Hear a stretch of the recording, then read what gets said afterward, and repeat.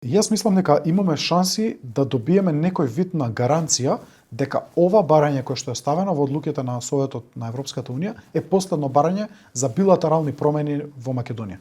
Затоа што македонскиот народ е доволно фрустриран да не дозволи повторно и повторно да ни се случуваат промени по идентитетски прашања, зборувам, во процес на преговарање, затоа што ова не е прв пат. Да било ова прва промена, 91 година која што се случило, ќе речеме, ајде, една ќе ја претераме.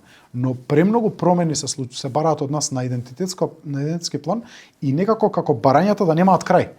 Не знаете што ја чека за следниот агол, за следните 6 месеци. И затоа нашето барање е, ако ова е вистински барањето на Бугарија и само ова, тогаш дај да најдеме начин да тоа го ставиме во некој вид на гаранција која што ќе значи дека ние сигурно и предвидливо ќе станеме дел од Европската унија без да треба за 6 месеци да ни побараат, ајде сега променете го само уште учебникот по историја во четврто оделение или во трета година гимназија, затоа што таму велите дека имало бугарски фашистички окупатор од 41 до 44-45, а тој не бил окупатор, бил администратор. Ајде сега ако сакате да отворите поглавје за рибарство и поглавје за право на интелектуална сопственост, тогаш вие морате да го промените и ова во вашите учебници.